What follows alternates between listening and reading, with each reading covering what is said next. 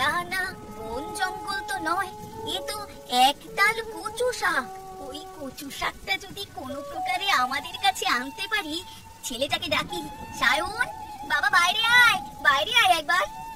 সায়ন বাইরে এসে দেখে কচু শাককে দেখতে পায়। কি হয়েছে গোমা, হঠাৎ করে ডাকাডাকি শুরু করলে কেন? ওই দেখ, একটা কচু শাকের তাল জলে ভেসে আসছে। ওটাকে যদি কোনো প্রকারে আমাদের কাছে আনা যেত। মা, মনে হচ্ছে এই কচু শাকটা আমরা নিয়ে আসতে পারবো। বাঁশের বেড়ায় আটকে গেছে, এমন ভাবে আটকেছে আর যেতে পারবে না। দাঁড়াও, আমি ওটাকে টেনে টেনে নিয়ে আসছি। সায়ন বৃষ্টির মধ্যে কচু শাককে তুলতে যায়। তুলে এনে তার মাকে বলে, মা, এই কচু শাক মনে হচ্ছে কারো জমি থেকে উঠে এসেছে। এই শাক আমি স্বল্প মূল্যে কালকে সবার বাড়ি বাড়ি গিয়ে বিক্রি করবো। নৌকা করে বেরোবো, কেমন? আচ্ছা ঠিক আছে। পরের দিন সকালে সায়ন গ্রামে গ্রামে নৌকা করে কচু শাক বিক্রি করতে যায়। মাত্র 5 টাকায় দিয়ে দেবো একাটি, একদম স্বল্প দামে দেবো। কেউ নেবে গো?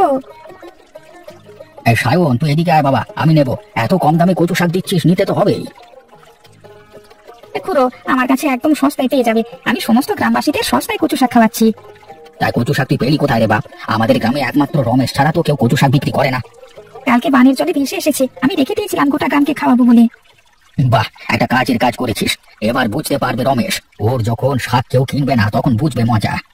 খুড়ো, তোমাকে কত দেবো? 4 আটি দিয়ে দিচ্ছি। হ্যাঁ, এখন তো অনেক আছে। আচ্ছা আচ্ছা, আমাকে তাই দে, কোনো অসুবিধে নেই। অল্প দামে পাচ্ছি, একদিনে রেখে আরেকদিনে খাওয়াবো। হ্যাঁ, সেই ভালো হবে। এই না, তোমাকে শাক দিয়ে দিলাম, তুমি আমাকে মাত্র 20 টাকা দাও। এই নে টাকা, তুই ভালো কাজ করছিস। এই কচু শাকটা যদি রমেশের হাতে লাগতো তাহলে 50 টাকায় বিক্রি করতো, এত লোভী মালটা। আচ্ছা খুড়ো, আমি এখন যাই। হ্যাঁ, এখানে দাঁড়িয়ে থাকলে হবে না, এত কচু শাক আছে, গোটা গ্রামে বিক্রি করতে হবে। এইরকমই স্বল্প দামে আর কি। হ্যাঁ হ্যাঁ, তুই যা, তোকে আর আটকাবো না, ভালো কাজ করছিস তুই। ওই রে সায়ন, সবজি বিক্রি করতে বেরিয়েছিস নাকি? সবকিছুই আছে, শাক সবজি যেটা মানুষজন চাইবে সেটাই পাবে, কোনো অসুবিধা নেই। আরে এটা তো কচু শাক, এত ভালো কচু শাক পেলি কোথা থেকে? বিক্রি করছিস নাকি? হ্যাঁ পেয়েছি, কালকে বানের জলে ভেসে আসছিল, সেটাকে উদ্ধার করেছি। আজকে অল্প দামে বিক্রি করছি। কত টাকায় বিক্রি করছিস সেটা আগে বল। বেশি টাকা বিক্রি করছি না, মোটে 5 টাকায় একাটি।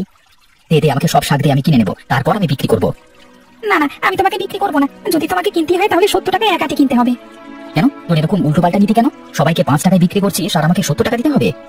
হ্যাঁ হবে, যখন তুমি এরকম সবার সাথে করো তখন সবার কেমন লাগে ভাবো। 10 টাকা হঠাৎ করে 30 টাকা হয়ে গেলে কেমন লাগে? হ্যাঁ, এবার তুমিও বুঝবে 30 টাকার শাক হঠাৎ করে 5 টাকা হয়ে গেলে কেমন লাগে। তুমি বড্ড লোভী হয়ে গেছো, এটাই সত্যি। হ্যাঁ ঠিক বলেছিস রে, এতটা লোভ করা ভালো নয়। আমি একা কচু শাক চাষ করতে জানি বলে কাউকে শেখাই না। বেশি দামে বিক্রি করি, তবে গ্রামবাসীদের যে কি অবস্থা হয় সেটা ভাবি না। আজকে আমি বুঝতে পেরেছি।